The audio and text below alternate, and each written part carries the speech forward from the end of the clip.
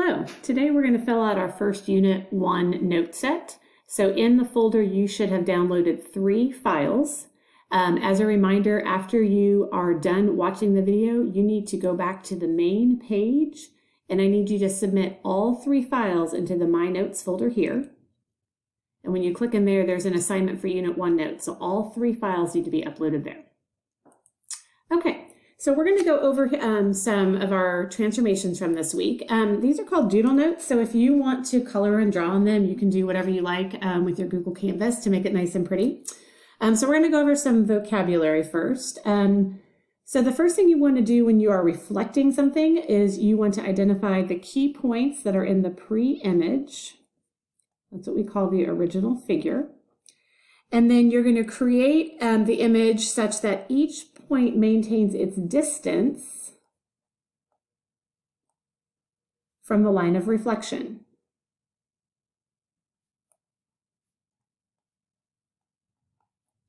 And so for this one, you want to think about a mirror image is what you're creating. Okay, something we're going to learn next week is that a figure and its reflection are congruent, and you're going to learn next week what that means. So I'm going to have you put it here. And it's represented by this symbol that has kind of that wave sign and an equal sign. Okay, another piece of notation here is that when we're talking about transformations, there's the pre-image. So we might call that A or point A. And then the new image is called the image. And we note that by saying A prime, and we read that as A prime. So that's like a little apostrophe there. All right, so the first thing you want to do is you want to read the directions, and it's important to know where your line of reflection is. So this one is the y-axis, and remember that if you are ever explaining a reflection, you must tell me the location of the line of reflection.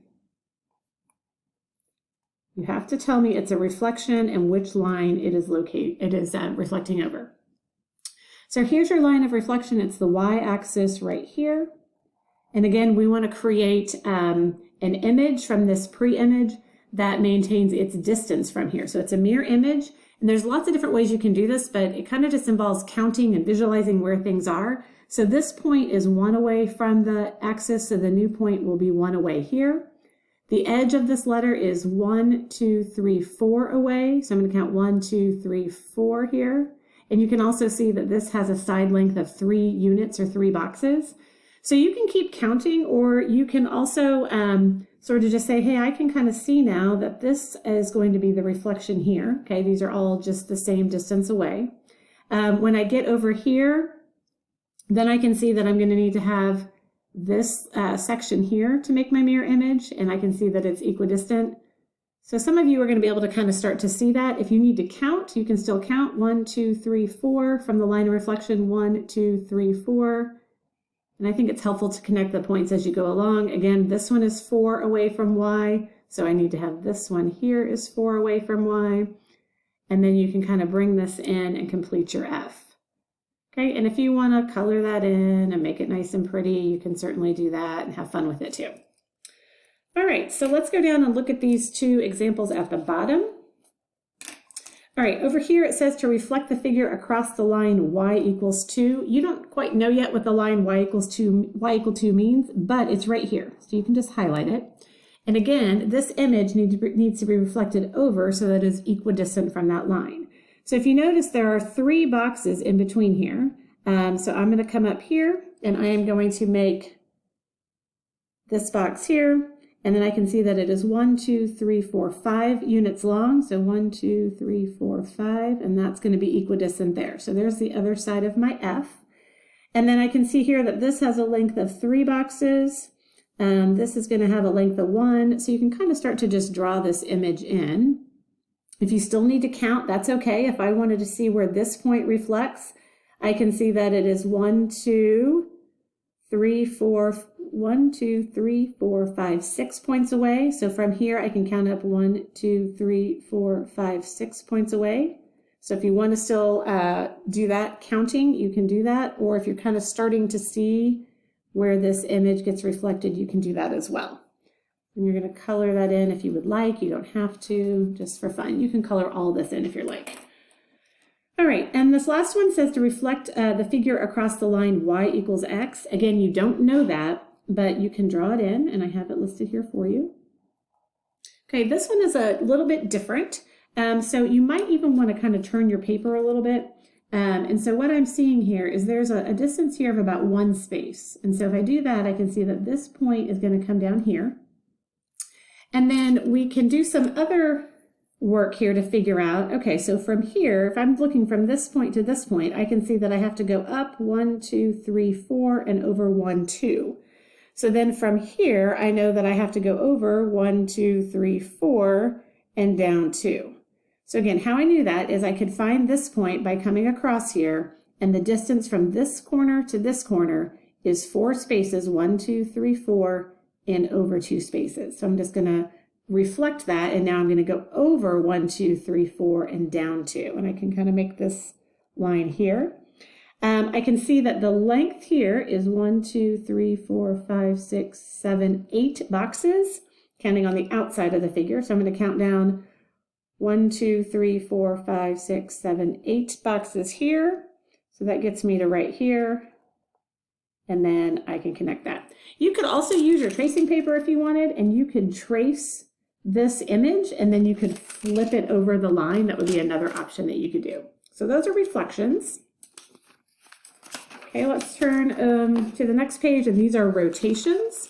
So again, we have that same concept that an image and its pre-image before a rotation are congruent. You're going to learn that word next week.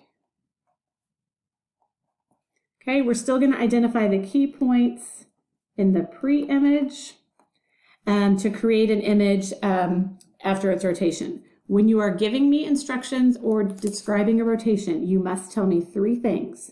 The direction, which means clockwise or counterclockwise, the degree of the rotation, and the center of rotation. So I'm looking for 3 pieces of information every time you describe a rotation: direction, degree, and center.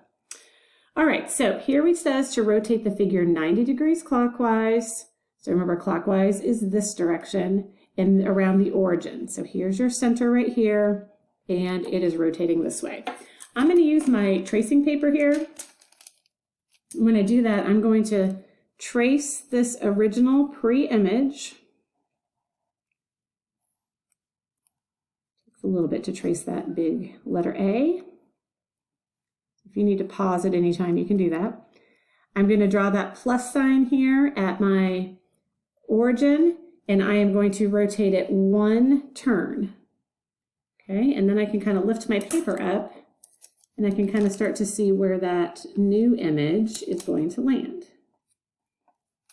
And depending on what you can see, you may not need to put all these points in, but essentially it's going to look like this.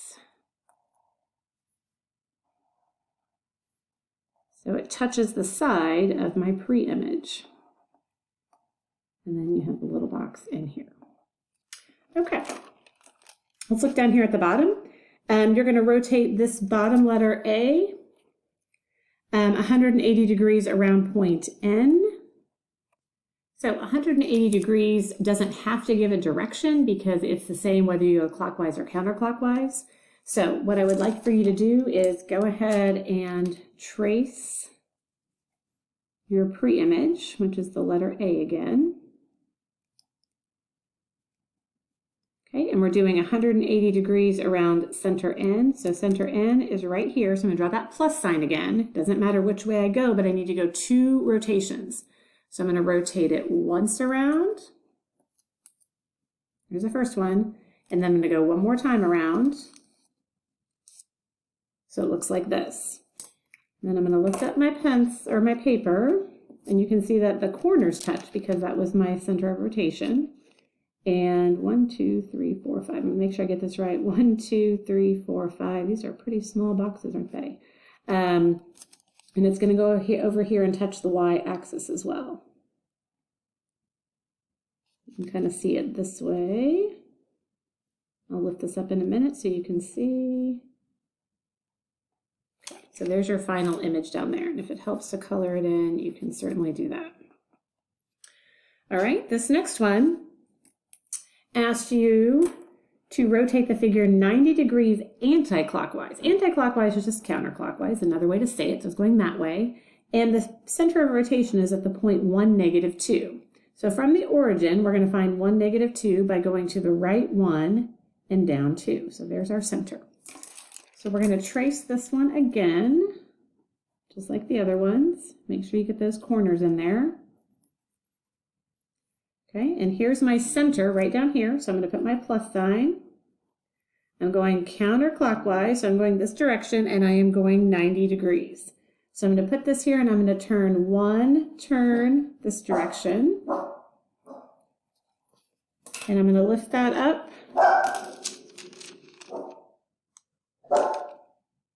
And I'm going to hear my dog barking in the background. Sorry about that. She thinks she's a big dog, but she's really a little dog. Okay. And so there is my new image. All right, we have one more to do, and that is the translation. Okay, so similar things here. We're going to identify, key points in the pre-image. And essentially, you're adding or subtracting from each coordinate to get the new image. Okay, and we still have a pre-image, so you might start with, say, a point x, y, which is your pre-image. And then for x, you're going to add or subtract. So I put a plus or minus a number. And for the y, you're going to add or subtract plus or minus a number of units. Okay, and that's going to give you your new image. These are also congruent, which we will learn next week whenever you translate something. So I'll put this little symbol here. And so let's take a look here. Whenever you give me instructions about a translation, you need to make sure you tell me a direction and the number of units. So is it up, down, is it left, right, and how many? All right, so this one tells you that you want to go up 4 and left 3. So every point will have to go up 4, and left 3. Okay, this one is going to have to go up 4 and left 3. So I can start to connect these a little bit here. And again, some of you are going to kind of start to see this shape a little bit here. This side is 3 units long. So if you want to kind of just sketch that in, you can do that. And then we're going to come here. So some of you are going to want to count. Some of you are going to start to draw. So if you're not sure, again, about what you're seeing, you can certainly count it. So for example, if I want to know where this one is, I have to go up 4, 1, 2, 3, 4, and over 1, 2, 3. And I can see from my image that this is going to come down here like this. Okay, well, there's your first one. All right, I'm going to go through this last two pretty quickly because my video timer is moving fast. All right, so this one, it tells you x is moving 11, so that means that x is left to right, so you're going to go right 11, and the y is subtracting 7. Since y is up and down, you're going to go down 7. Okay, so I'm going to pause this and draw it for you and then come back and do the next one. Okay, so here's where your new image should be. Again, I moved all of the points right 11, which was to here, but then I also have to go down 7. And then you can sketch it or you can count each point. I will always mostly tell you left, right, a number, up, down, a number. But remember that x is left and right and y is up and down. Okay, so go ahead and try the next one and then we'll come back and check. Okay, since there's nothing with x, that means it's not moving, and the y is adding 5 and y is up and down, so you're going to move this up 5. Okay, so I moved all of my points from the triangle up 5 units. Again, the new image overlaps the pre-image, and that's okay, sometimes that happens. That's it. Make sure you upload these in the My Notes folder of Schoology.